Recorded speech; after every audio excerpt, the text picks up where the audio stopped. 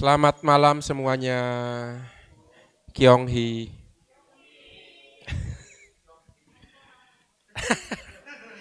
Nggak bawa saya. Baik, sebelum saya mulai, kita perkenalan sederhana ya. Perkenalan pertama, siapa yang pertama kali datang di panen? Angkat tangan. Yang baru pertama kali datang. Udah semua ya? Siapa yang baru pertama kali datang? Satu. Yang pertama kali datang offline. Oh, cuma satu ya? Sudah kenal semua namanya? Oh, mana lagi yang baru pertama kali datang? Saya itu sudah 2 kali datang. Tahun 2016 apa 2017 gitu ya. Jadi mungkin kakak-kakak yang pertama kali datang siapa tadi angkat tangan? Boleh memperkenalkan diri namanya? Siapa namanya? Vivian. Oke, thank you Vivian. Siapa lagi? Oh, oh, udah nyanyi langsung ya? Wah, hebat. Namanya siapa? Vike ya, serba V semua. Vivian, Vike ya. Oke, siapa lagi? Cewek semua, cowok nggak ada? Cowok udah banyak kali datang ya. Oke, terima kasih Vivian dan Vike. Yang sudah sering datang, angkat tangan. Oh, banyak. Boleh saya sebut namanya siapa? Alfian. Nama? Adrian. Saya sudah dapat nomor teleponnya. Namanya? Amanda. Kru Komsos. Kan komunikasi media sosial. Namanya? Johan. Kru Komsos 2.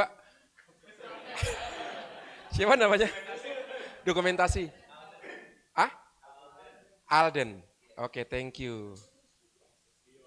Biondi, Mega, Vivian, Elin, Melisa, Fiona. Ya, Rico, Dodo, Jojo, Vike. Ini WL-nya nih. Wih, siapa? Wayne. Oh, Wayne.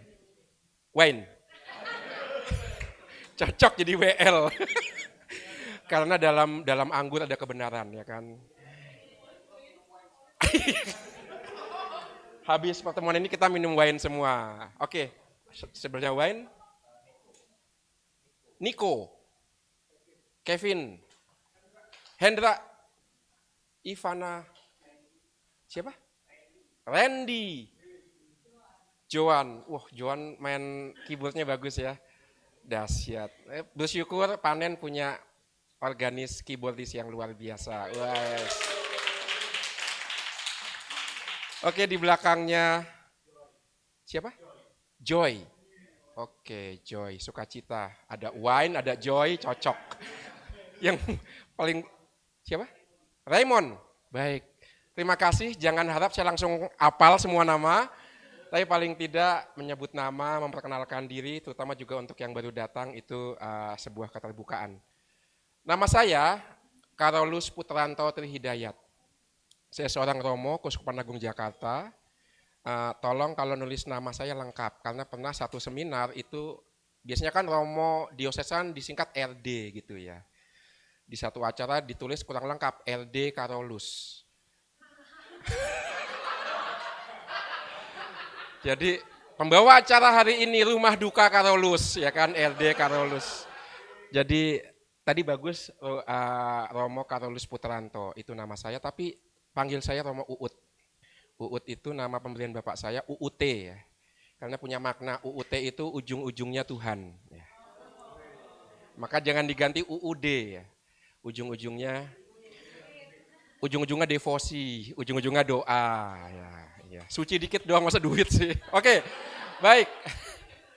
Oke, sudah kenalan, sudah oke, sudah saling membaur, blending, kita masuk ke bagian inti sebelumnya. Nah, kita akan membahas soal Yubelium. Panen itu kan persekutuan pendalaman Alkitab. Pendalaman Alkitab tiap Senin ya kan, maka mesti ada kitab sucinya. Dan kita mau melihat tahun Yubelium ini dasar kitab sucinya apa. Tapi sebelum mulai ke apa itu Yubelium, mungkin ada Kita brainstorming, begitu mendengar Yubelium langsung spontan muncul apa? Misalnya Yubelium, Porta Santa. Ya. Apalagi Yubelium langsung pengampunan. Wis dahsyat. Karena ada indulgensi. Ya, apalagi Luce ya yang ada di kaosnya. Jangan ditutup. Ya kan? Tapi nggak hanya Luce loh, ada 3 lagi atau 4 lagi ya? 3 lagi kan ya, saya nggak hafal nama-namanya itu. Luce ya. Apalagi? Yubelium, indulgensi, pengampunan dosa, Porta Santa. Oh, Vatikan ya. Kapan ke Vatikan? Vatikan betul, karena Porta Santa pertama dibuka di Vatikan tanggal 24 Desember 2024. Ya itu dia, Vatikan. Baik, jadi itu semua, tapi ada satu yang kurang. Yubelium dasarnya adalah pembebasan, pemulihan martabat manusia. Maka ketika kita mendengarkan kata Yubelium, Porta Santa, indulgensi, pengampunan suci, Vatikan ya, itu ada satu dimensi yang kurang, satu unsur yang kurang, padahal itu termasuk unsur yang paling penting, yaitu bertindak adil dan penuh kasih. Itu yang rasanya kok ya jarang kita dengarkan. Padahal kita akan lihat nanti dasar biblis tahun Yubelium itu intinya situ, keadilan dan amal kasih. Kita akan lihat pelan-pelan. Oke, kita lihat dasar biblisnya karena kita ini pendalaman Alkitab setiap Senin. Sebentar, ini panen berdiri sejak tahun berapa ya? Siapa saksi hidup berdirinya panen ada? 2015. Masih ingat saya nggak? Pernah ngundang saya kan dulu ya? Enggak ya? Oh, 2017. Iya, iya. Iya, saya ingat. Ini kas rumahnya. Jadi panen 2015 ya berdiri ya? 14 ya. Jadi sudah cukup lama loh. Luar biasa ya. 2014 sekarang 2025. 10 tahun ya. Kalau 10 tahun bertahan dengan macam-macam kesulitan itu bukan hobi. Itu panggilan. Wah, maka panen ini panggilan nih udah 10 tahun ya. Maka terus berjalan dan saya nanti akan menjelaskan kenapa ini penting. Maka kita lihat dulu dasar biblisnya karena kita komunitas pendalaman kitab suci. Kita lihat dulu arti kata Yubelium. Istilah Yubelium berasal dari bahasa Ibrani. Ada yang bisa membaca? Wah, kok tahu? Oh, ada di sebelahnya. Curang dasar ya. Jadi itu bahasa Ibraninya. Kalau bahasa Ibrani itu dibaca dari kanan ke kiri. Maka dibaca Yobel. Dari kiri ke kanan, maaf kebalik. Dari kiri ke kanan. Dan itulah Yobel. Dan apa arti Yobel itu bisa kita lihat berdasarkan 3 unsur. Apa itu Yobel dalam bahasa Ibrani? Kita akan melihat 3 unsurnya. Yang pertama itu adalah unsur waktu. Yobel atau tahun Yobel berarti tahun ke-50. Setelah tahun Sabat yaitu 7 kali 7 tahun. Jadi rupanya orang Israel itu punya siklus tahunan atau siklus waktu berdasarkan angka 7. Kita sebenarnya mewarisi siklus waktu angka 7 itu ya. Kita punya 7 hari dalam 1 minggu. Itu warisan dari sana itu. 7 hari dalam 1 minggu. Itu siklus 7, angka 7. Maka ada 7 hari dalam 1 minggu. Tetapi orang Israel tidak hanya punya siklus 7 hari 1 minggu, dia juga punya siklus 7 tahun. Maka tahun ke-7 itu disebut tahun Sabat.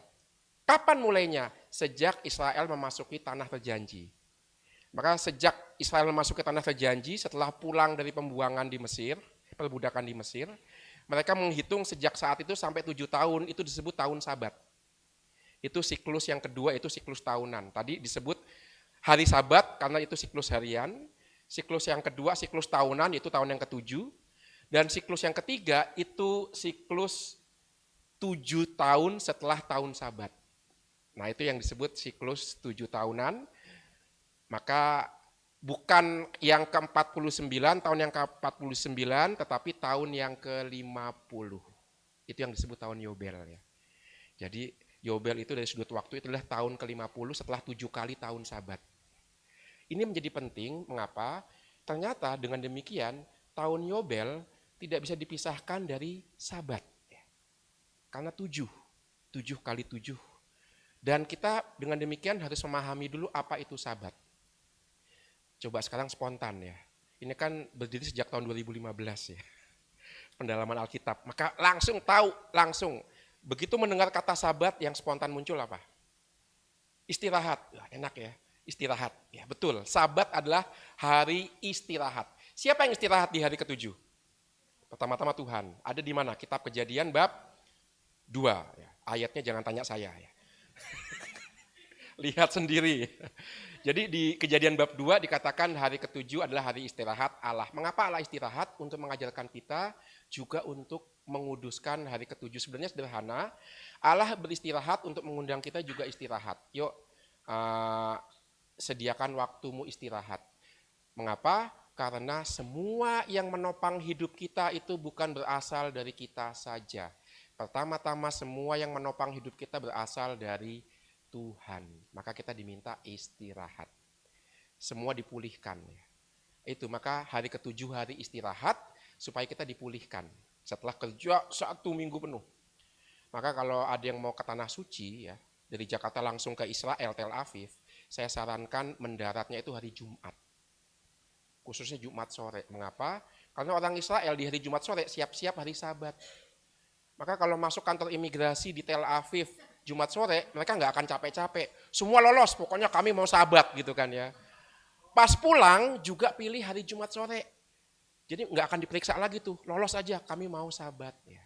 Jadi udah tahu triknya kalau ke Tanah Suci ya. Iya begitu. Itu syarat pertama, datang hari Sabat, pulang hari Sabat. Syarat kedua, ajak saya. Ya.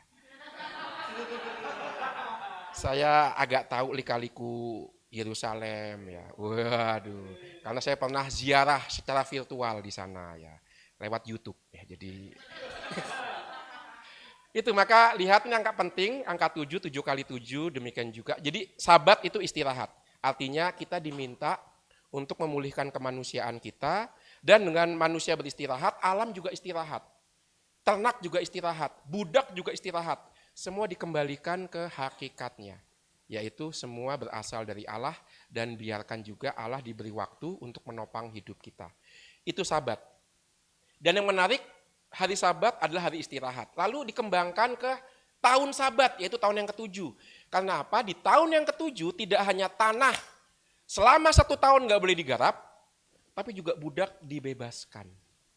Jadi orang yang dulu pernah dijual 7 tahun yang lalu sebagai budak karena nggak bisa bayar utang. Jadi dulu itu kalau bapaknya nggak bisa bayar utang, si bapak bisa satu menjual dirinya sebagai budak kepada yang ngasih utang, atau kedua menjual anaknya sebagai budak, sebagai pelunas utang. Tetapi dalam tradisi kitab suci, anak yang dijual atau si bapak yang dijual menjadi budak itu nggak bisa selamanya jadi budak. Di tahun ke-7 sebagai budak dia harus dibebaskan. Jadi nggak bisa orang selamanya jadi budak karena hutang, nggak. Berapapun beratnya hutang, di tahun ke-7 baik anak maupun si bapak maupun orang yang dijual sebagai budak, sebagai pelunas utang harus dibebaskan di tahun yang ke-7. Itu bisa kita lihat dalam kitab Keluaran bab 21 ayat 1 sampai 6. Sekarang saya hafal. Coba lihat nanti, dibukain nanti ya. 21, Keluaran 21 ayat 1 sampai 6, dan juga dalam kitab Ulangan bab 15 ayat 1 sampai 22. Itu soal penghapusan hutang dan soal pembebasan budak. Maka tahun Sabat atau tahun ke-7 adalah tahun 1, tanah nggak boleh digarap selama 1 tahun. Maka di tahun ke-6 itu tahun terakhir tanah digarap. Karena begitu tahun ke-7 tanah, kebun itu nggak boleh digarap dan dibiarkan tumbuh tumbuhan liar, dan buah-buah atau hasil dari tumbuhan liar itu bebas diambil oleh siapa aja. Bukan hanya oleh pemilik tanah. Di tahun ke-7. Mungkin teman-teman bertanya, Romo, terus gimana Romo kalau nggak garap tanah, makan dari apa? Nah ini, di tahun ke-6, Yahweh bersabda kepada Musa, aku akan memberkati hasil panen tahun ke-6, sehingga bisa dipakai untuk 3 tahun ke depan. Itu. Maka lihat, tahun Sabat, tahun ke-7, seperti halnya hari Sabat, adalah tahun di mana orang mengandalkan berkat Tuhan. Tidak hanya mengandalkan kekuatannya sendiri. Karena hasil panen tahun ke-6 itu akan diberkati Allah sehingga bisa bertahan sampai 3 tahun. Demikian juga dengan budak ya. Orang diminta untuk mengembalikan budak pada hakikatnya. Maka lihat, baik hari Sabat maupun tahun Sabat itu satu, memulihkan kemanusiaan kita, dua, karena orang Israel diminta mengandalkan Yahweh. Yes.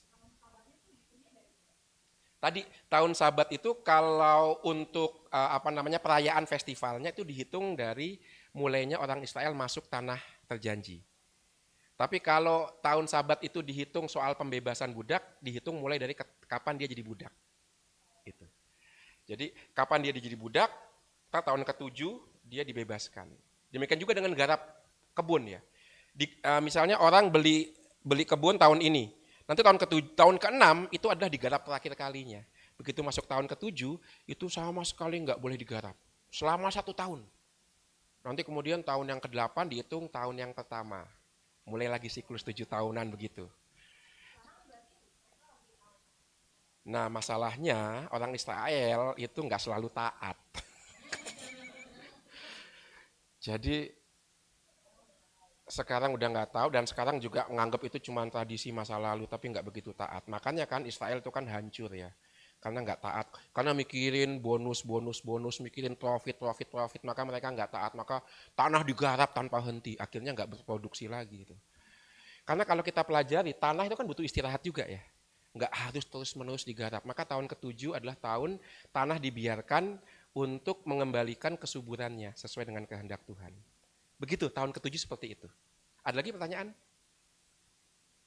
Jadi memang akan dihitung berdasarkan satu, kalau untuk festival-festival Sabatnya itu dihitung mulai dari Israel masuk tanah terjanji. Kalau untuk pembebasan budak dihitung dari kapan budak dia menjadi budak. Tahun ke-7 dia harus dibebaskan. Soal penggarapan tanah dihitung kapan tanah itu mulai dibeli dan digarap. Nanti tahun yang ke-7 harus dibiarkan kosong ya. Itu. Untung itu nggak ada di Indonesia atau di Jakarta ya. Kalau nggak digarap dibiarkan kosong itu diserobot itu ya. Dibuat bangunan ya kan dan macam-macamnya. Itu tahun, maka kita lihat bagaimana siklus 7 hari, hari Sabat, hari istirahat. Siklus 7 tahun, tahun Sabat, tahun di mana budak dilepaskan, tanah dibebaskan, dan kemudian 7 kali tahun Sabat, yaitu tahun ke-49, itu juga begitu besar karena kemudian ada yang namanya tahun Yobel, tahun pembebasan. Di sini tanah nggak hanya digarap. Kalau tanah itu dulu didapat karena ada orang yang menjual dan menjual karena nggak punya duit, maka di tahun Yobel, di tahun ke-50 tanah itu harus dikembalikan. Itu dia, tanah dikembalikan. Itu bedanya dengan tahun Sabat. Tapi persamaannya adalah seperti di tahun Sabat, di tahun Yobel juga budak dilepaskan, orang miskin diberi tumpangan. Kalau orang mau minjem, dipinjem tanpa bunga. Dan kalau orang itu begitu miskin, sudah dipinjam tanpa bunga, masih nggak mampu, wajib diberi makan dan diberi tumpangan tanpa bayaran. Itu di tahun Yobel. Itu dahsyat itu. Israel ya, kalau taat ya, itu menjadi negara yang paling kaya dan paling sejahtera kali ya. Tapi sayangnya manusia digoda untuk punya profit, punya untung, dan nggak peduli sama sesama. Tetapi singkat kata, ini siklus 7 tahunan. Jadi terkait waktu, tahun Yobel itu bagian dari siklus 7 tahunan, siklus angka 7, 7 hari, 7 tahun, dan kemudian 7 kali 7 tahun atau 7 kali tahun Sabat, yaitu tahun yang ke-50. Sekarang saya tanya, ada nggak yang tahu bahwa cara menghitung tahun ke-50 itu mirip dengan perhitungan lain ya? Kalau Paulus itu dihukum secara Yahudi, dia dihukum dengan hukuman cambuk. Ada yang tahu ungkapannya? Aku pernah dicambuk oleh saudara-saudariku Yahudi 7 kali 7 ditambah 1. Jadi nggak akan pernah nyebut 50. Tapi 7 kali 7 tambah 1. Orang Yahudi kalau ngitung begitu ya. Jadi 49 tambah 1. Maka dicambuk sebenarnya 50 kali. Tapi nggak akan ngomong 50 kali, tapi 7 kali 7 tambah 1. Itu hukuman cambuk. Jadi 49 tambah 1. Dan ini bukan hanya orang Yahudi yang berhitung secara begitu, orang Perancis juga. Ada yang tahu bahasa Perancis nggak? Ngaku, nggak usah rendah hati deh. Bahasa Prancis selain croissant ya, selain déjà vu, itu juga cara perhitungannya. Orang Prancis kalau kalau ngomong 80 itu enggak 80 kayak kita. Tapi 80 itu 20 kali 4. Iya, 20 kali 4 itu 80. Terus kalau mengatakan 90, 20 kali kali 4 tambah 10. Begitu. Coba deh lihat di Vongta itu 20, 4 itu 4, maka 80 Vong 4 atau juga 60 dan seterusnya lah kayak gitulah, hitung-hitungannya susah. Orang Yahudi juga seperti itu, maka tahun Yobel itu tahun ke-50 karena mereka berhitung 7 kali 7 tambah 1. Maka tahun Yobel adalah siklus 7 yaitu tahun ke-50. Oke, saya lanjutkan. Yobel tidak hanya terkait dengan waktu, tapi terkait aksi. Ini sudah saya jelaskan tadi, yaitu tahun pembebasan. Tanah dibebaskan dari penggarap, Imamat 25, 11 sampai 12, 18 sampai 22. Tanah yang dijual karena hutang dikembalikan kepada pemiliknya yang semula. Imamat 25, 23 sampai 8. Manusia dibebaskan dari perbudakan, Imamat 25, 13, 9 sampai 46. Dan orang miskin diberi pinjaman dan bantuan tanpa bunga. Itu tahun Yobel, luar biasa ya. Maka ini konsep yang luar biasa. Maka Israel tidak hanya mencintai Yahweh, tapi juga Yahweh menuntun orang Israel mencintai sesama. Dan yang terakhir, makna yang terakhir adalah pengudusan. Menarik bahwa kalau kita buka kitab Imamat 25 ayat 9 sampai 10 dikatakan tahun Yobel dimulai dengan meniup trompet. Itu mirip dengan apa itu? Apa? Sangkakala, akhir zaman. Kok sudah akhir zaman aja sih? Serem banget. Tapi betul akhir zaman juga kan ya, ketika kitab Wahyu kan ya. Ketika Allah akan menumpahkan hukuman karena memperbaharui segala sesuatu, itu ada 7 trompet, 7 sangkakala. Tetapi di luar kitab suci, biasanya orang niup trompet kapan? Nah, tahun baru ya. Kenapa tahun baru Sinca nggak niup trompet? Malah main barongsai, saya nggak tahu itu bedanya apa ya. Tetapi untuk tahun baru yang biasa kita kalender Masehi, itu tiup trompet. Karena memang berarti ketika orang meniup trompet mengawali tahun Yobel, mau mengatakan ada sesuatu yang baru, yaitu dibebaskan. Tadi dikatakan resolusi, itu resolusinya adalah membebaskan tanah, membebaskan budak. Dan yang menarik apa? Yang menarik adalah ketika orang memulai Yubelium dengan bunyi trompet, trompet zaman dulu itu bukan dari kertas, bukan dari besi, tapi dari tanduk. Dari tanduk domba atau tanduk kambing ya, itu dibuat trompet. Dan ketika trompet ditiup, tidak langsung tahun Yubelium, tapi mulai ada upacara yang namanya Yom Kippur. Apa itu Yom Kippur? Yom Kippur adalah satu, pembersihan bait Allah, yang kedua tobat seluruh bangsa Israel. Ada Yom Kippur dulu, ada tobat dulu, baru kemudian tahun Yubel dirayakan dengan membebaskan budak dan seterusnya. Maka sekarang kita tahu kenapa begitu dengar kata Yubelium langsung ada pengampunan dosa, indulgensi, karena di sini akarnya. Tahun Yubelium hanya bisa dimulai dengan perayaan Yom Kippur, yaitu pembersihan bait Allah dan pertobatan bangsa Israel. Maka itu yang masih ada sisanya dalam tradisi tahun Yubelium gereja, yaitu pengampunan dosa dan pemberian indulgensi. Pertanyaannya kenapa kok bait Allah perlu dimurnikan? Bait Allah perlu dimurnikan karena dulu zaman abad ke-6 sebelum Masehi itu sempat dihancurkan oleh Nebukadnezar, dan juga ketika ada yang masih ingat Raja Yunani yang menodai bait Allah. Antiochus, wis hebat. Tepuk tangan. Antiochus Epiphanes. Pernah di seminari? Oh enggak. Pernah dipanen ya, jadi tahu ya Antiochus Epiphanes. Itu bisa kita baca di 1 dan 2 Makabe ya, kisah itu ya. Jadi Antiochus Epiphanes itu membantai orang Yahudi. Seorang ibu yang janda harus melihat 7 anaknya disiksa sampai mati. Antiochus akan berhenti kalau ibu itu murtad dengan makan babi. Kita mah kalau sudah makan babi mah nggak usah murtad ya, makan samcan ya kan itu kan. Tapi untuk orang Yahudi itu sebuah kejahatan. Maka Antiochus Epiphanes itu tidak hanya memaksa orang Yahudi meninggalkan imannya, tapi menodai bait Allah dengan memasang patung dewa-dewa Yunani di bait Allah. Maka kemudian ada Yudas Makabe mengalahkan dia, dan kemudian sejak saat itu ada pemurnian bait Allah. Bait Allah dimurnikan dari unsur-unsur yang menodai, yaitu dari patung-patung berhala dan seterusnya. Maka lahirlah upacara Yom Kippur itu ya. Maka Yom Kippur artinya Allah tinggal lagi di bait Allah, di baitnya. Bait itu artinya rumah. Allah itu dari kata Kanaan, yaitu Elohim.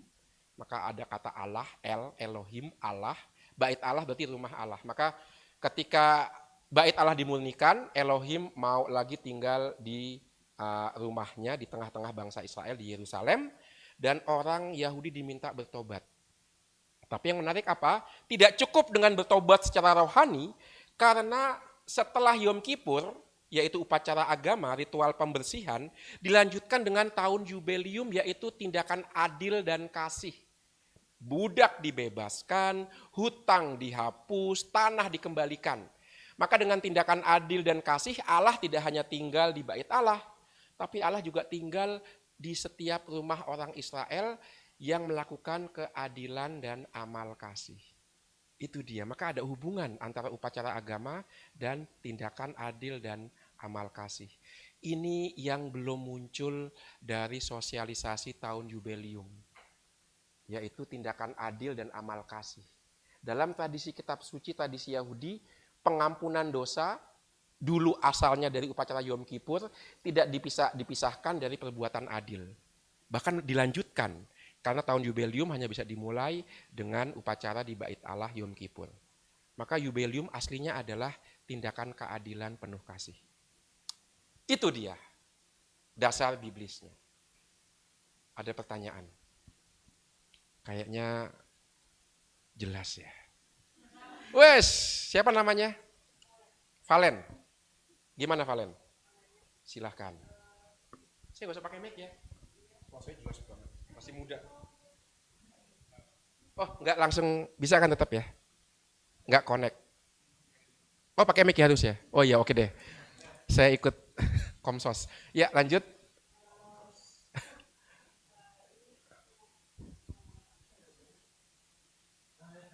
Gara-gara mic jadi lupa. Oh gitu.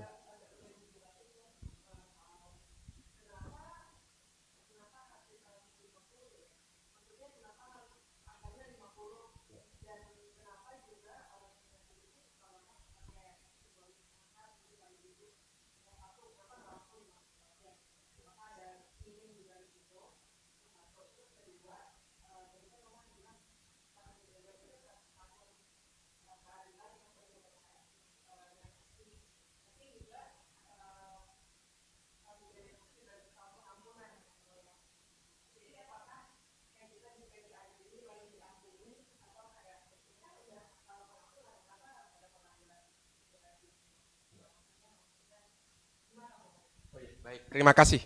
Ya, yang pertama terkait dengan angka-angka. Jadi orang Yahudi kayak kita lah, suka dengan angka ya kan. Tarot kan pakai angka juga, ya. Lalu juga judi-judi pakai angka, ramalan pakai angka, ya. Kita suka dengan angka-angka. Coba, kalau saya naik lift, saya nggak pernah jumpai nomor 13 di lift ya. Betul nggak? Iya kan? Jadi angka ternyata punya kekuatan tuh. Angka 13 itu menakutkan ya. Masalahnya saya lahir 13. Tanggal 13. Untungnya bulan Mei. Jadi, kok tahu? Iya, Friday the 13 ya kan, orang barat sendiri Friday the 13. Jadi ini sifatnya universal, kekuatan dan makna angka itu di mana-mana. Memang kemudian tiap budaya itu punya angka yang berbeda, tetapi rasa-rasanya beberapa angka itu berlaku di mana-mana. Misalnya angka 3, itu di mana-mana selalu angka kesempurnaan kan. Angka 3 itu angka kesempurnaan, makanya kalau lomba-lomba itu juara 1, 2, 3, sempurna sudah ya. Demikian juga angka 7, the lucky 7 ya kan. 7 angka keberuntungan, Yahudi juga punya angka 7 yaitu angka kesempurnaan, angka keberuntungan, angka di mana Allah istirahat. Tidak hanya itu, angka 10 juga kan, itu angka paripurna, angka tuntas, angka selesai. Angka 40 juga penting. Untuk orang Jawa angka 40 itu khususnya untuk orang yang meninggal, angka 40 itu penting karena menyiapkan keluarga supaya rela melepas arwah anggota keluarganya betul-betul kembali ke rumah di sana. Maka 40 itu penting. Untuk orang Yahudi juga angka 40 penting. Apa hubungannya angka 40 dengan orang Yahudi? Ada yang tahu? Kapan orang Yahudi berjalan di padang gurun selama 40 tahun. Jadi lihat bagaimana soal angka itu banyak simbolnya dalam tradisi Yahudi. Lalu kenapa angka 7 kali 7? Ya itu lagi tadi ya, 7 kali 7 itu kan bagus ya. 7 sempurna kali 7 sempurna lagi. Jadi nggak mau diubah itu. Biarlah 7 tetap 7. Lalu untuk menyebut 50 kayak semacam mahkotanya. Tambah 1, 50. Sebenarnya ini tidak hanya menyangkut tahun jubileum, itu tahun ke-50.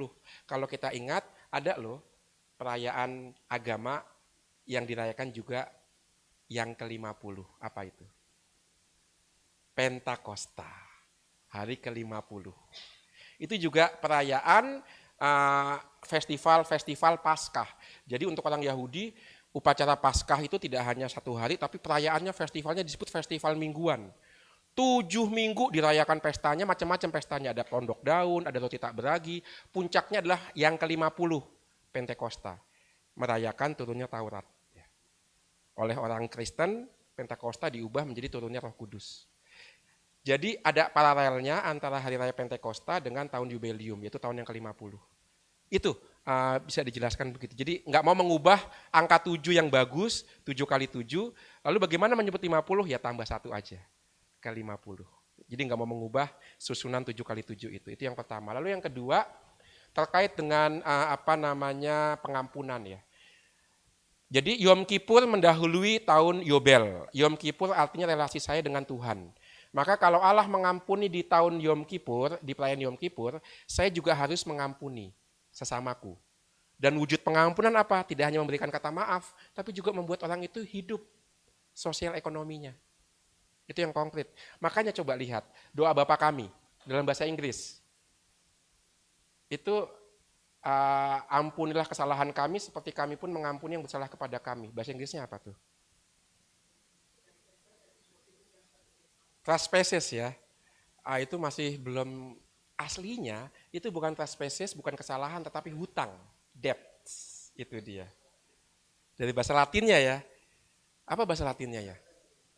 Oh iya, bahasa Latinnya itu cocok itu. Ada yang bisa bahasa Latin nggak di sini? Nggak bisa ya? Pater noster, quies in celis, sanctificetur nomen tuum, adveniat regnum tuum, fiat voluntas tua, sicut in cielo et in terra, dacino panem nostrum quotidianum, da nobis hodie et dimitenibus debita nostra. Debita, debit. Debt, kolektor. Utang. Nah, itu. Maka lihat dalam doa Bapa kami, versi Latinnya itu jelas. Pengampunan itu bukan pengampunan dosa, bukan pengampunan kesalahan, tetapi hutang. Maka kalau Allah sudah mengampuni hutangku, yaitu kesalahanku pada Allah, kita diminta juga mengampuni, yaitu hutang-hutang orang lain juga secara ekonomi. Itu. Makanya Yom Kippur sama Yobel ada kaitannya. Seperti halnya dulu kamu itu diperbudak di tanah Mesir dan aku bebaskan, sekarang kamu di tanah terjanji membebaskan sesamamu dari hutangmu, dari perbudakanmu. Itu kehendak Allah sehingga tidak pernah ada orang menjadi budak selamanya. Setiap 7 tahun harus dibebaskan. Itu. Oke, kalian? Yes, thank you. Ada lagi? Tidak ada, kita maju sedikit. Nah, sekarang kita masuk ke ajaran gereja. Nah, ini. Yes.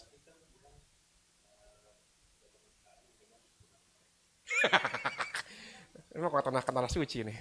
Oke. Ya, jadi terima kasih. Jadi orang Israel itu mirip dengan orang Jawa. Perhitungannya hari dimulai dari jam 6 sore. Makanya kita kan mengatakan malam minggu, padahal hari Sabtu. Maka untuk orang Jawa, hari Minggu dimulai di Sabtu sore jam 6. Makanya disebut malam Jumat, padahal hari Kamis jam 6. Orang Israel juga begitu. Sabat dimulai hari Jumat sore jam 6. Lalu selesai hari Sabtu jam 6 sore. Karena Sabtu jam 6 sore itu masuk hari Minggu. Makanya kita misa mingguan itu Sabtu mulai jam 5 atau jam 6. Itu udah masuk kalender liturgi hari Minggu ya. Itu dia. Enak banget ya. Perhitungannya gitu ya. Makanya kan Jumat sore itu nggak ada kuliah, nggak ada kerja ya. Kasihan banget sih. Oh berarti belum beriman itu. Belum sabar. Iya, oh ada ya, Jumat sore ada kerja. Oh ya, tetap kerja. Buset. Tapi di Yahudi enggak. Di Israel enggak. Di Israel itu Jumat sore itu masuk ke Sabat, sampai nanti hari Senin baru dimulai lagi ya. Jadi Jumat sore itu hari Sabat, tidak ada kerja sama sekali. Maka kalau sempat ke Tanah Suci hari Jumat sore, sepi minta ampun ya. Mereka akan masuk ke rumah masing-masing, merayakan Sabat bersama keluarga. Itu hari Sabat, hari yang begitu penting. Karena hari Sabat itu mau mengatakan Israel itu milik Allah. Maka kalau ada orang melanggar Sabat itu hukumannya hukuman mati. Karena menodai kekudusan Israel sebagai milik Allah. Maka kita sekarang bisa paham kenapa Yesus begitu diprotes oleh orang-orang Farisi dan ahli Taurat ya. Karena melanggar Sabat dengan perbuatan-perbuatan yang tidak sesuai menurut hukum Taurat. Yesus nanti memaknai secara baru apa itu Sabat. Begitu. Jadi Sabat dimulai Jumat sore, diakhiri Sabtu sore. Itu masuk hari Minggu. Mirip orang Jawa.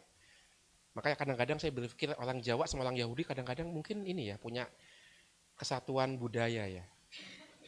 Karena selidik punya selidik, puasa orang Jawa itu mirip dengan puasa orang Yahudi. Harinya. Kapan orang Jawa puasa? Kamis dan Jumat. Sama orang Yahudi juga puasa Kamis dan Jumat. Ternyata ya. Orang Kristen puasa beda. Dalam kitab Didache yang ditulis tahun 90-an, itu dikatakan begini, hai kalian yang sudah dibaptis, jangan berpuasa menurut waktu mereka yang belum dibaptis, yaitu orang-orang Yahudi. Mereka berpuasa hari Kamis dan Jumat.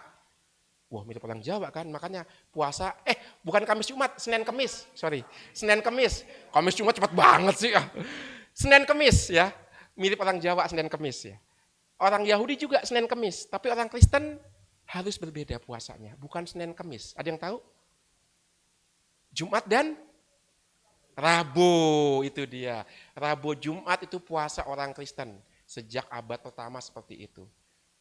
Ada bisa menghubungkan puasa kita dengan liturgi? Rabu Abu dan Jumat Agung. Itulah puasa wajib ketika masa Prapaskah. Makanya jangan puasa Senin Kemis ya. Itu Yahudi, enggak boleh bebas. Nah kembali ke laptop, karena padakulah orang Israel menjadi hamba. Mereka adalah hamba-hambaku yang kubawa keluar dari tanah Mesir, akulah Tuhan Allahmu. Maka semua orang Israel itu tidak bisa dibudak selamanya karena mereka itu bukan milik Tuhan, tetapi milik Allah. Maka di tahun ke-7, terutama di tahun Yubel harus dibebaskan. Ini sisi sosial ekonomi dari tahun Yubel. Sekarang kita masuk ke ajaran gereja. Ada yang tahu siapa ini? Wis, oh siapa? Wis, hebat. Ada yang ketemu Paus Fransiskus kemarin? Ketemu? Kok enggak sih? Saya juga enggak. Ada yang salaman sama Paus? Enggak. Sama sih nonton TV. Ada yang dapat rosario dari Paus? Enggak, sama saya juga enggak dapat. Tapi menariknya Bapak Paus datang, banyak orang minta berkat. Dan yang pertama kali dia berkatin, itu bukan uskup, bukan imam, bukan pejabat. Siapa yang pertama kali dia berkatin? Bayi yang digendong sama ibunya ya, hebat ya. Itu Paus mau mengatakan, saya nggak peduli sama protokoler ya. Saya memperhatikan orang-orang kecil. Itu sebenarnya Paus itu perwujudan tahun Yobel. Dia perhatian sama yang lemah, kecil, miskin. Maka Bapak Paus mau menggabungkan, mau mengembalikan makna tahun Yubelium. Memang penting meminta pengampunan, memang penting mencari indulgensi. Apa itu indulgensi yang kita lihat nanti, tapi tidak kalah penting adalah perilaku adil dan kasih. Itu yang mau dikembalikan oleh Bapak Paus. Sedikit tentang Paus Fransiskus, ada yang tahu nama aslinya dia siapa? Aslinya Paus Fransiskus. Wis, hebat, keren, Jose Bergoglio ya. Jose Bergoglio itu orang Argentina ya. Dia menjadi uskup agung Big Apple, Buenos Aires, BA ya, Big Apple, Buenos Aires ya. Jadi dia uskup agung Buenos Aires. Sebagai uskup agung Buenos Aires, dia itu melakukan banyak hal yang anti mainstream. Misalnya, sebagai uskup agung, dia berhak tinggal di keuskupan yang megah, tapi dia nggak milih itu. Dia tinggal di apartemen sederhana. Tiap bulan bayar sewa apartemen ya. Untuk paus mah untuk Bapak Uskup Agung mah gampang, stipendiumnya kan gede ya. Tapi bukan masalah stipendiumnya, tetapi bahwa dia memilih tinggal di apartemen, ditemani oleh saudari perempuannya yang masakin, dia yang bersihin apartemennya. Itu uskup agung mana yang kayak begitu coba? Sebutkan uskup agung di Indonesia tinggal di apartemen. Nggak ada. Kebanyakan tinggal di keuskupan. Bukan hanya itu, yang kedua, setiap kali dia mau menjalankan pastoral, dia naik angkot. Nggak naik mobil keuskupannya. Pakai jubah serba hitam, ada kolalnya putih, duduk di tram, duduk di LRT, ya kan, untuk belusukan ke rumah umat atau kunjungan paroki, naik angkot, nggak naik mobil pribadi. Uskup mana yang seperti itu coba? Saya nggak mau membandingkan, tapi paling nggak ini anti mainstream. Dan yang terakhir, yang ketiga, setiap bulan Uskup Agung Jose Bergoglio ini tinggal bersama para fraternya. Setiap bulan sekali nginep 1 malam bersama para fraternya, ikut makan malam bersama para fraternya, nyuci piring sendiri bersama para fraternya, uskup agung loh. Ketika ditanya, Bapak Uskup ngapain tinggal sama para frater? Mereka calon imam saya harus kenal calon imam-imam saya. Luar biasa. Maka ini uskup paus yang luar biasa karena tahu apa itu kesederhanaan, apa itu kesusahan. Dan dia tahu apa itu kesendirian. Dia pernah menjadi provinsial Serikat Yesus, pimpinan paling tinggi di Argentina untuk Serikat Yesus, dan dia pernah diasingkan sampai ke Chili, nggak boleh ngapa-ngapain selain mendengarkan pengakuan. Maka dia tahu apa artinya dikucilkan, disingkirkan, dan seterusnya. Dan yang terakhir, ketika Bapak Paus dipilih menjadi Paus, dia mungkin Paus pertama yang ketika pelantikannya di depan umat Roma dan umat peziarah yang datang, dia minta didoakan. Sebelum saya memberikan berkat pertama sebagai paus, saya minta umat yang hadir di sini mendoakan saya. Maka dia menundukkan kepala dan suasana hening. Semua umat mendoakan paus yang baru. Luar biasa. Saya kalau jadi paus juga akan begitu nanti. Kalau jadi, jauh bener ya. Oke, maka ini luar biasa karena Bapak Paus inilah yang kemudian mencanangkan tahun Jubileum 2025 adalah tahun Jubileum Harapan. Maka tema utamanya harapan. Kita tahu Bula itu terbit 9 Mei 2024, judulnya Spes Non Confundit, Harapan Tidak Mengecewakan. Maka dalam Bula ini Paus mengatakan, tahun Jubileum ini menjadi kesempatan bagi semua umat Allah berjumpa dengan Kristus yang adalah pintu. Jadi kalau kita mau berziarah ke 9 pintu di tiap 9 dekenat paroki, di 9 dekenat, pertama-tama pintu itu adalah simbol Yesus sendiri. Pintu satu-satunya Tuhan Yesus. Yohanes 10:79. Maka di tahun Jubileum ini kita diundang akrab dengan Tuhan Yesus. Dengan cara ziarah ke 9 pintu. Maka hayati ini, Yesus begitu mencintai kita. Tetapi Yesus juga membutuhkan kita, yaitu datang kepada Dia. Santa Teresa dari Kalkuta sangat bagus menggambarkan itu ya. Ibu Teresa mengatakan Kristus adalah kasih yang kerap kali tidak menerima kasih. Dia adalah sang cinta yang kerap kali nggak dicintai. Maka dia meminta cinta dari kita. Di kayu salib, Yesus mengatakan, aku haus. Sebagai Allah, dia nggak bisa haus ya. Tetapi dia meminta partisipasi kita. Bukan supaya dia dipuaskan dahaganya, enggak. Tapi supaya kita ambil bagian dalam kemuliaan Tuhan dengan cara memuaskan hausnya Yesus. Bukan haus akan air, tapi haus akan hati kita, haus akan cinta kita. Itu yang dia minta. Maka setiap kali kita berziarah ke 9 pintu suci, di 9 paroki, di tiap dekenat, yuk kita jawab hausnya Yesus akan cinta kita. Masuki pintu suci mengatakan, Yesus aku mencintaimu. Wah, itu tiap 9 pintu begitu ya. Karena itu yang diminta oleh Bapak Paus, kita berjumpa dengan Kristus yang adalah pintu, dan sumber pengharapan. Itu. Oke, saya lanjutkan saja. Nah, maka tahun jubileum itu akrab dengan ziarah. Karena sejarahnya memang begitu ya. Tahun Yubel yang pertama itu tahun 1300 itu didahului oleh perjalanan, sebuah perjalanan ke pintu suci. Dan itu terjadi beberapa tahun sebelumnya, yaitu pada tahun pengampunan, tahun ini 1294. Jadi tahun jubileum dikaitkan dengan peziarahan, karena peristiwa yang terjadi tahun 1294 yaitu Santo Celestinus kelima itu memberikan pengampunan atau indulgensi penuh kepada mereka yang berziarah ke Basilika Santa Maria di Collemaggiò di Aquila. Agustus 1294 itu awalnya. Jadi setiap orang yang berziarah ke Basilika akan mendapatkan indulgensi penuh. Itu inisiatif dari Paus Celestinus kelima. Sejak saat itu tahun jubileum menjadi momen berziarah ke pintu suci karena Santo Celestinus V yang seorang paus. Dan kalau teman-teman mendengarkan kisah Santo Celestinus ini, itu luar biasa tragis ya. Dia seorang biara, dia suka pendoa dari Ordo Benediktin. Tapi karena waktu itu para kardinal di Roma nggak segera memilih paus, maka Santo Celestinus ditarik dari biaranya, dipaksa jadi paus ya. Dipaksa. Dan dia demi keselamatan gereja akhirnya mau jadi paus, tapi nggak bertahan lama. Biasa berdoa, sekarang harus mikirin politik gereja, administrasi gereja, dia nggak tahan, maka hanya 6 atau 7 bulan dia jadi paus lalu mengundurkan diri. Maka ini paus, salah satu paus yang mengundurkan diri, Santo Celestinus ini. Tapi kemudian ketika dia masuk biara, dia ditangkap sama Paus Bonifasius ke-8, di penjara. Ada yang tahu kenapa Celestinus di penjara? Karena pendukungnya banyak, hidupnya saleh, suci. Pendukungnya banyak, Paus Bonifasius ke-8 takut nanti pendukungnya akan mengangkat Celestinus jadi paus lagi. Maka untuk mencegah itu dia dipenjara oleh paus penggantinya yaitu Bonifasius ke-8. Tragis ya. Dan dia mati di penjara. Dia ngasih pengampunan, tapi dia sendiri tidak diampuni masuk penjara. Kasihan ya. Maka nggak semua orang baik nasibnya baik ya. Contohnya ya ini, penggagas tahun jubileum melalui ziarah ke Basilika Santa Maria di Collemaggiò di Aquila ini ya. Santo Celestinus V.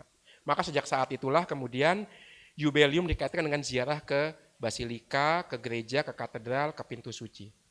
Saya lanjutkan. Nah, ini makna ziarah nanti bisa dibaca. Saya rasa di WhatsApp group sudah dibagikan ya sedikit leaflet sederhana tentang tahun jubileum. Tapi ziarah berarti berjalan, dan dengan berjalan kita itu rupanya bisa memperbaharui diri kita, mencas diri kita. Maka berjalan minimal 1 jam sehari itu memberikan kita kesegaran ya. Coba deh praktekkan itu, karena kita diciptakan sebagai makhluk yang berjalan. Bukan kebetulan. Yang namanya Homo sapiens, yaitu kita berdiri tegak di atas 2 kaki. Coba temukan binatang yang berdiri tegak di atas 2 kaki. Binatang apa? Ayam. Ayam berdiri tegak di atas 2 kaki, betul nggak? Tapi ayam pandangannya ke depan atau ke samping? Ada ayam matanya begini, serem banget. Ayam ke samping kan, tapi dia bisa matanya tuh bisa ke depan begitu ya. Tapi matanya ayam di samping. Sapi berdiri tegak di atas 4 kaki, tapi juga matanya ke samping. Maka hanya manusia berdiri tegak di atas 2 kaki dan pandangannya ke depan. Monyet bungkuk dia, tapi juga ke depan, tapi dia bungkuk. Maka berdiri tegak di atas 2 kaki itu memungkinkan satu, manusia punya masa lalu di belakang, masa kini, titik berdiri, masa depan, ke depan. Dan berjalan itu berarti mewujudkan kemanusiaan, kekasan kita. Maka Homo sapiens, yaitu makhluk yang cerdas, itu juga disebut sebagai Homo viator. Makhluk yang berjalan, via. Itu, maka dengan berjalan kita sebenarnya memanusiakan diri kita sendiri. Itu bisa dilakukan dengan berziarah. Ada yang pernah berziarah ke Yakobus Compostela? Itu peziarahan yang sangat terkenal itu. Jalan dari titik tertentu sampai ke Compostela di Spanyol itu. Saya nggak pernah tapi itu luar biasa, bisa sampai 1 bulan penuh karena memang ratusan kilo tergantung titik berangkatnya mana. Maka berziarah menjadi penting. memulihkan kemanusiaan kita. Dikaitkan dengan pertobatan, ya, peziarahan secara fisik melambangkan juga peziarahan secara rohani. Oke, nah ini juga apa itu indulgensi sekarang? Sederhananya begini, bisa dibaca sendiri nanti. Indulgensi itu adalah pengampunan atas residu dosa yang masih ada, walaupun secara batin dosa kita diampuni. 10 menit lagi. Paling sederhana, terima kasih, paling sederhana untuk menggambarkan indulgensi itu adalah ini, film Lord of the Ring. Ada yang sudah nonton film Lord of the Ring? Tiga-tiganya? Fellowship of the Ring, terus kemudian apa sih, The Return of the King, itu kan ya. Di film yang terakhir dari Lord of the Ring kita tahu bagaimana si Frodo itu ternyata nggak bisa tinggal sama teman-temannya Hobbit. Ada yang tahu kenapa? Apa? Enggak, karena dia terlalu lama memegang cincinnya si Sauron. Cincinnya itulah yang, bayangkan cincinnya Sauron itu adalah dosa. Si Frodo terlalu lama lekat dengan dosa, sehingga ketika cincinnya udah dihancurkan, tapi masih punya efek dalam pribadinya. Maka dia perlu pergi bersama elf itu ya, ke tempat lain untuk memurnikan diri. Demikian juga dosa.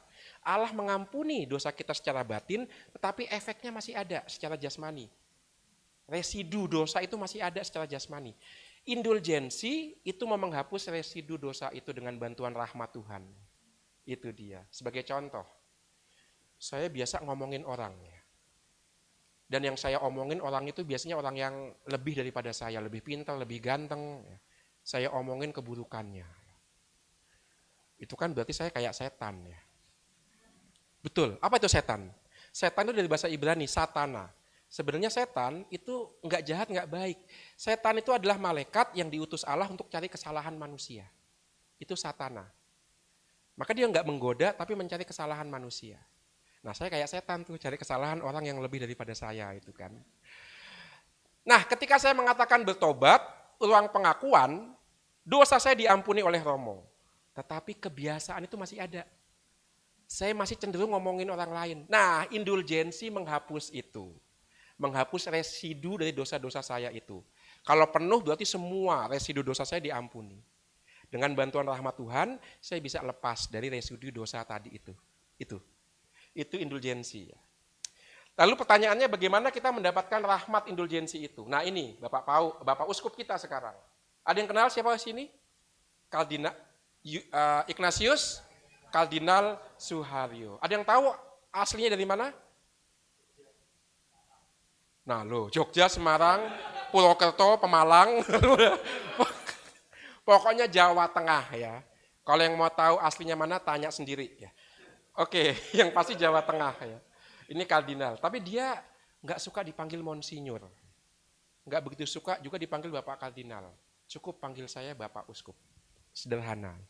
Nah, ini ada beberapa syarat supaya kita mendapatkan indulgensi penuh, yaitu melakukan ziarah ke 9 gereja, 9 dekenat yang ada di KAJ, menerima sakramen tobat, mengikuti misa hari Minggu, mendoakan intensi Bapak Paus.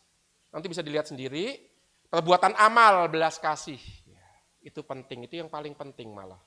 Dan juga untuk orang yang nggak bisa berziarah jalan kaki, itu cukup doa Bapa Kami, pengakuan iman, dan doa rosario. Nah itu. Jadi ini ada 6 langkah untuk mendapatkan indulgensi penuh, yaitu penghapusan atas residu dari dosa-dosa yang sudah kita buat.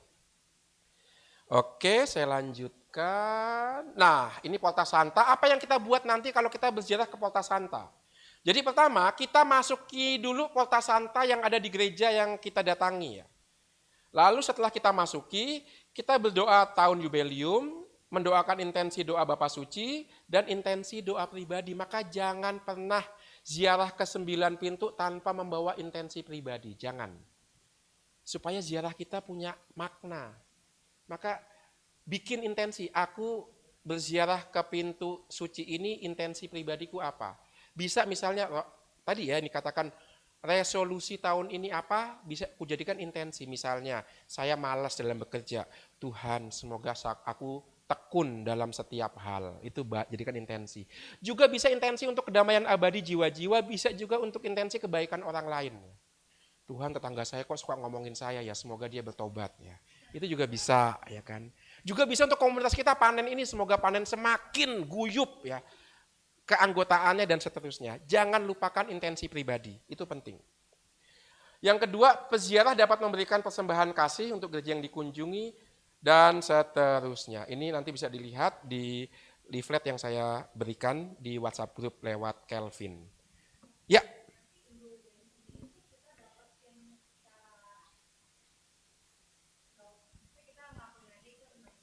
Ya, udah. Sudah. Enggak. Enggak. Enggak. Karena kan pemberkatannya sudah terjadi ketika kita masuk ke ruang pengakuan selama tahun jubileum ini ya. Pokoknya selama tahun jubileum sekali saja cukup. Bebas, sebelum bisa, sesudah bisa. Tetapi kalau kita memasuki 9 pintu suci dan melakukan semua step itu tapi belum pengakuan dosa, nggak dapat indulgensi. Iya. Maka sebelum maupun sesudah itu bebas, tetapi yang penting harus ke ruang pengakuan. Itu dia. Ya. Jadi ada step-stepnya itu lebih mudah. Ada lagi pertanyaan? Thank you, 5 menit. Masih ada 5 menit. Kalau tidak ada, saya akan cerita sedikit betapa pentingnya amal kasih dan ternyata itu menguatkan. Ya. Ini maaf ceritanya agak vulgar. Ya. Maka biarkan di ruangan ini aja. Dan jangan diceritain ke Bapak Uskup, saya takut nanti diaduin. Ya.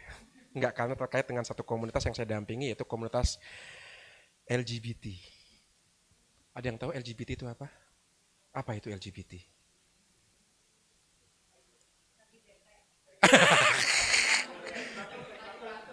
Lagi batuk ya, lesbian, gay, bisex, dan trans. Ya. Tapi untuk kami di Komisi Kata Ketik, karena Komisi Kata Ketik mendampingi komunitas ini, LGBT itu adalah lu gue butuh Tuhan. Karena betul-betul ada anak-anak muda yang dari sononya sudah begitu. Bukan karena kemauan mereka. Sebagai contoh, ada teman itu dilahirkan seperti perempuan.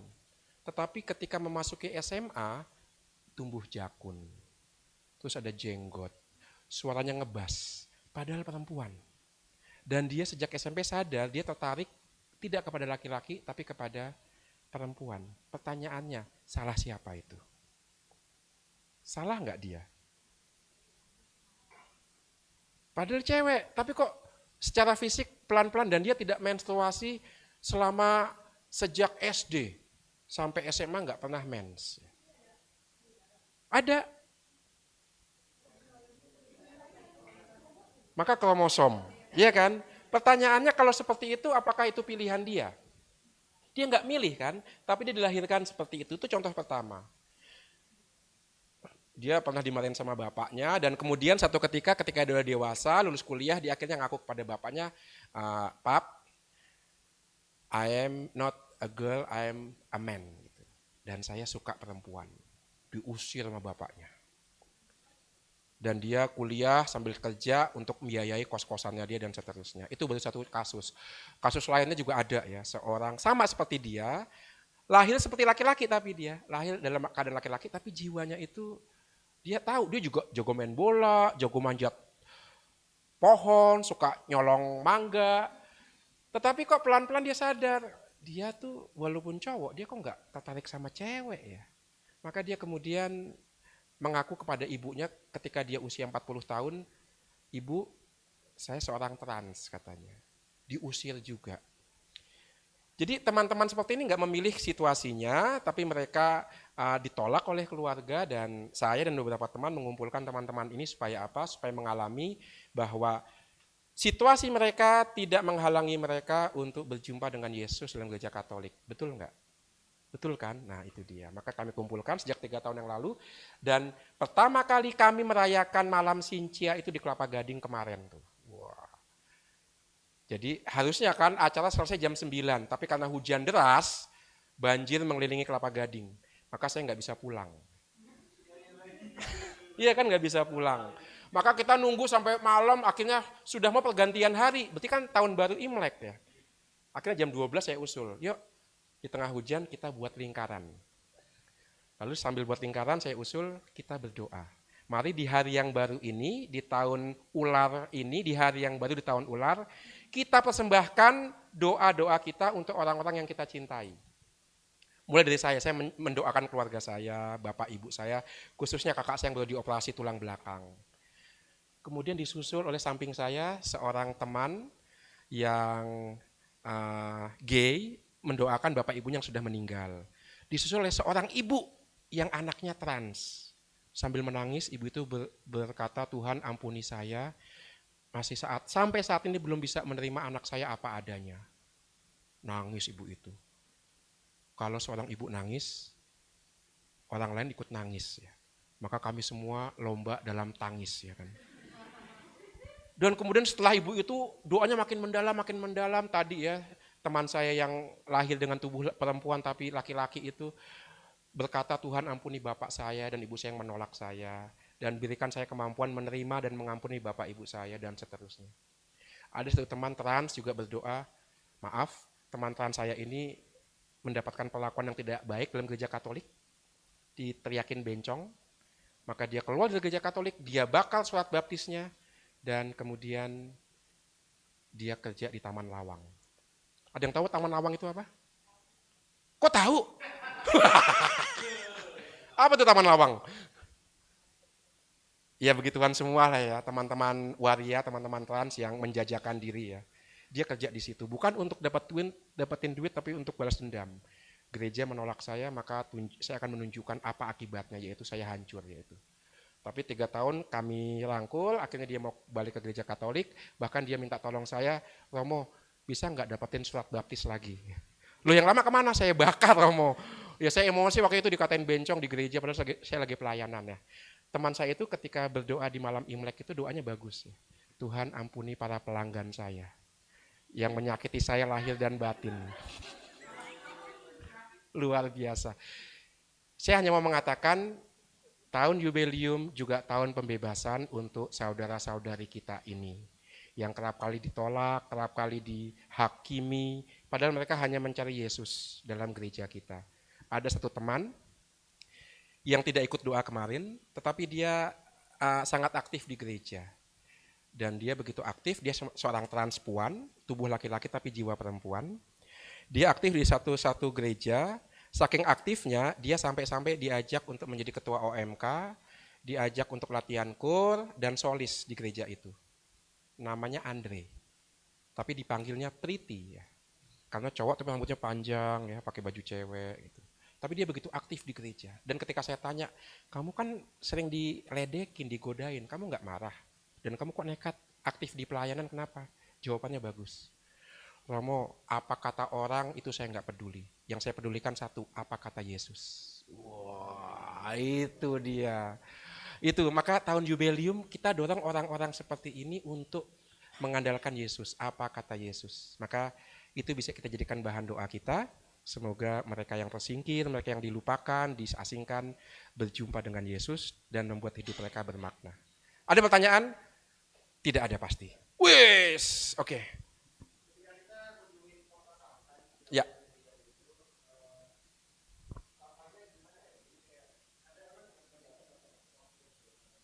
Oh, ya.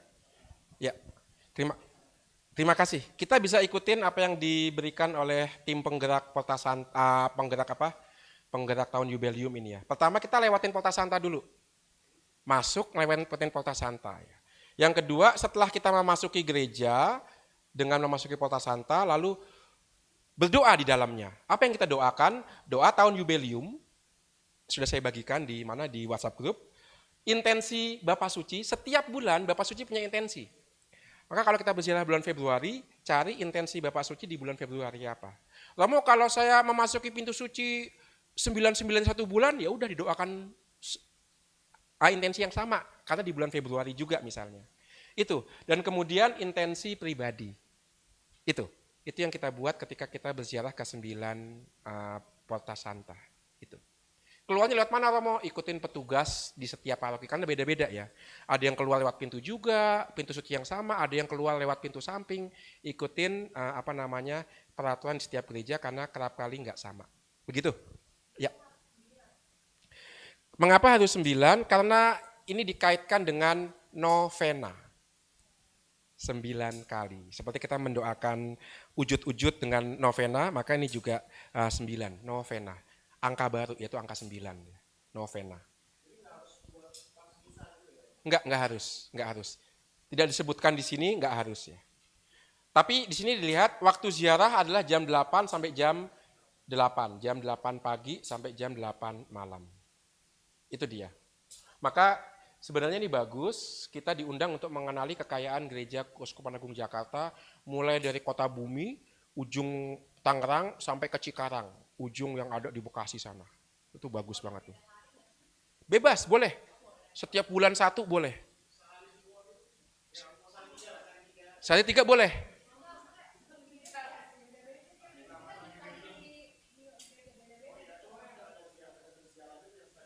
Boleh. Boleh, itu bisa. Iya. Apa? Iya, 1 paroki, 1 dekenat. Karena kita punya 9 dekenat, pas banget kan ya 9 dekenat, itu berarti 9 paroki, masing-masing dekenat 1 paroki, 1 Porta Santa. Terserah paroki yang mana. Apa? Kata Bapak Uskup sih harus begitu, tapi kalau kita ada ada kesulitan, ya hukum manusiawi bisa diubah lah. Yang penting kan niatnya ya. Wow, ke Indonesia. Bisa aja. Bisa dihitung itu. Masuk. Itu bisa. Bisa kehitung juga. Kalau keluar dari misalnya ke Bandung gitu ya, atau ke Bogor, ya itu bisa. Itu bisa dihitung lah, kalau saya kasih lah, nggak apa-apa ya. Tapi memang tujuannya satu, kita di keuskupan maka terikat pada apa kata Bapak Uskup.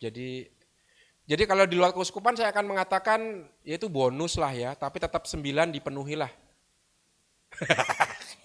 Saya nggak mau ngelawan Bapak Uskup, apalagi direkam. Ya, masuk aja, tentu dengan membawa niat, doa-doa dan seterusnya. Enggak usah. Oh enggak, jangan.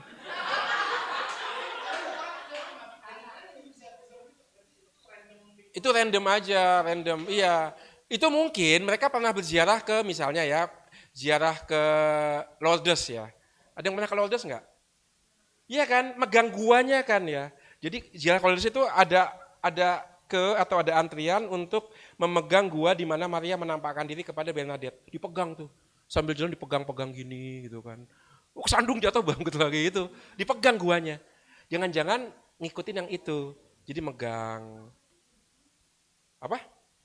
Enggak. Begitu. Jadi itu spontan aja sih. Kebiasaan mungkin dia lama ziarah ke Lourdes atau ke misalnya juga ada satu tempat ziarah itu sekarang udah nggak bisa sih. Dulu itu ketika patung Pieta bisa dipegang, itu juga orang megang patung Pieta sambil doa gitu kan. Sekarang udah nggak bisa dilindungin di balik tembok kaca. Karena ada peziarah yang gila ngancurin patung itu ya. Iya. Begitu, jadi itu spontan aja sih. Karena efeknya apa? Kalau kita megang pintu, yang ngantri banyak. Kasihan nanti yang peziarah lainnya. Ada lagi? Kayaknya nggak ada ya. Oke, kalau tidak ada, terima kasih untuk kebersamaan perhatiannya. Semoga menambah semangat kita berziarah di tahun jubileum. Saya kembalikan kepada Wayne. Oke.